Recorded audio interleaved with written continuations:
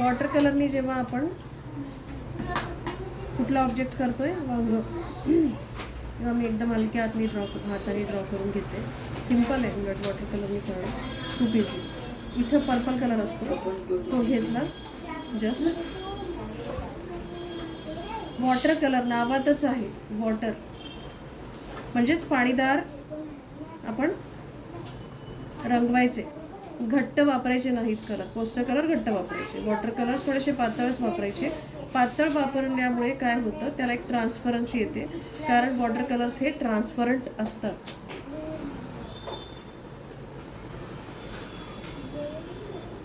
आणि poster colours हे transparent नसतात. मी काय करते, हायलाईट थोडंसं स्किप करून, म्हणजे हायलाईटचा व्हाईट शिल्लक ठेवूनच बाकीच्या वांग्याला एक वॉश देऊन घेतला वॉटर कलरने. ठीक आहे. आता सेकंड लेअर मीडियम टोनसाठी काय करायचे, अर्ध वांग खालून आपण आधी डार्क करून टाकले त्याला, आणि हा लाईट पार्ट असंच शिल्लक ठेवायचा. वॉटर कलरमध्ये लक्षात ठेवा, चित्रातला लाईट पार्ट जास्त इम्पॉर्टंट असतो.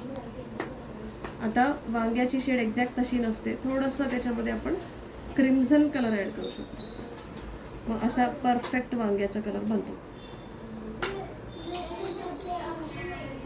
काही टेक्स्चरवाले असतात, काही प्लेन वांगे असतात.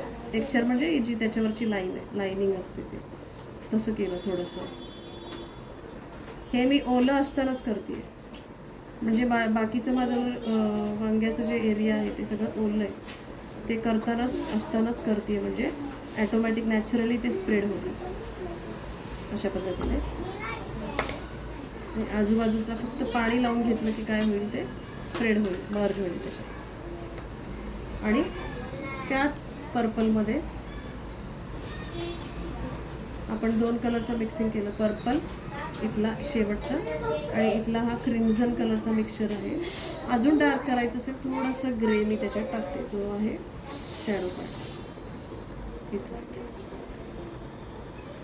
हा एक्झॅक्टली थोडी खाली जागाच ठेवून करायचं, म्हणजे हा उजेडाचा पार्ट म्हणजे रिफ्लेक्टेड लाईट आहे तिथला, तो शिल्लक ठेवायचा आणि मग बाकीचं करायचं असं. आता इथं या साईडने आपण वांगं बघत असेल तर इथे एक डॉट त्या साईडचा आपल्याला दिसतो तसं. आणि या डार्क कलरनी सगळ्या वांग्याला आउटलाईन केल्यासारखं नाही करायचं. आता अजून एक आयडिया आहे टेक्स्चर दाखवण्याची पद्धत. म्हणजे हे वांगं आता ओलं आहे, ओलं असतानाच मी ब्रशच्या मागच्या टोकाने, म्हणजे लाकडी भागाने मी काय करते, लाईन्स करून घेते अशी.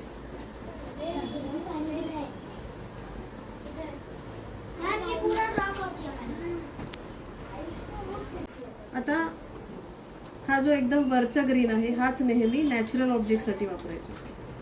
खालचे तिन्ही ग्रीन थोडेसे आर्टिफिशियल वाटतात. आता एक कम्प्लीट आपण ड्रॉ करून घेतलं. याची टोपी म्हणा किंवा हे जे देठ असतं वांग्याचं, त्याचं पार्ट करतोय आपण.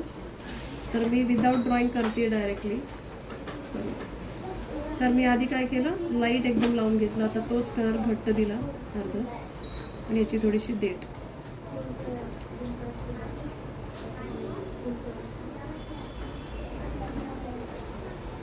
खालून डार्क, वरून लाईट अशा पद्धतीने. त्याला कधी कधी असे काटे असतात बारीक बारीक, खूप सारे नाही पण थोडेसे तुम्ही काढू शकता. आता इथं पर्पलचा शेड ऑलरेडी होता म्हणून तो बसत नाहीये. तो एरिया तुम्ही स्किप करूनच आधी वांगी खालचं रंगवू शकता, त्याच्यामुळे पण काय होईल.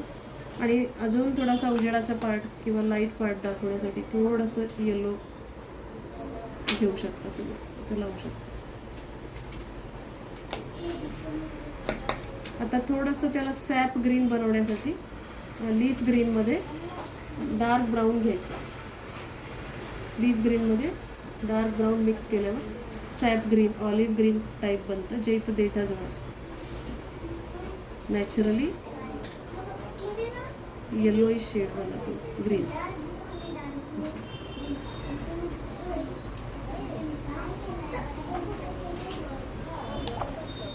एवढं केलं तरी परफेक्ट दिसते आता. आणि थोडंसं आपण शॅडो ॲड केल्यावर मग ते 3D दिसतं.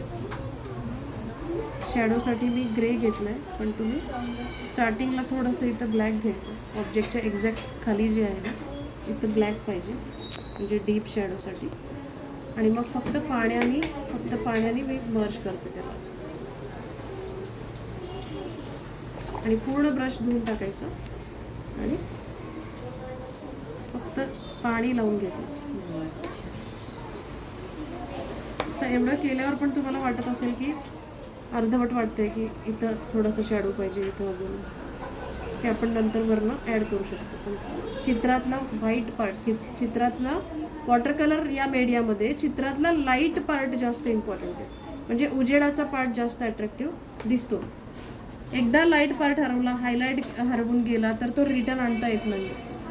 पण चित्राला अजून डार्क करायचं असेल तर आपण करू शकतो. म्हणून चित्रातला इम्पॉर्टंट पार्ट, जो लाईट पार्ट आहे, तो शेवटपर्यंत शिल्लक ठेवायचा. आता इथला एक डॉट मी फक्त करून घेते, जो दिसतो बऱ्याचदा क्लिअरली असं. आणि आता हे स्प्रेड होते, पण तुम्ही याच्या खाली शॅडो वगैरे थोडंसं वर उचलल्यासारखं इथं अजून डार्क करून ते दाखवू शकतो. पर्पल कलर जास्त डार्क